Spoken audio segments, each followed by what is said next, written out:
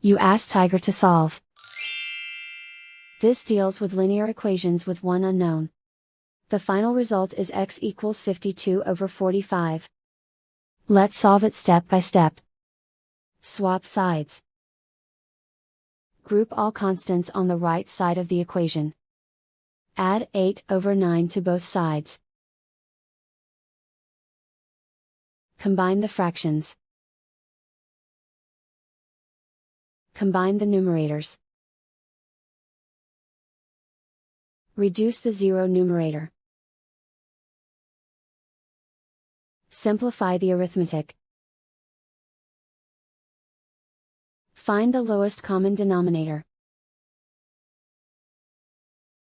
Multiply the denominators.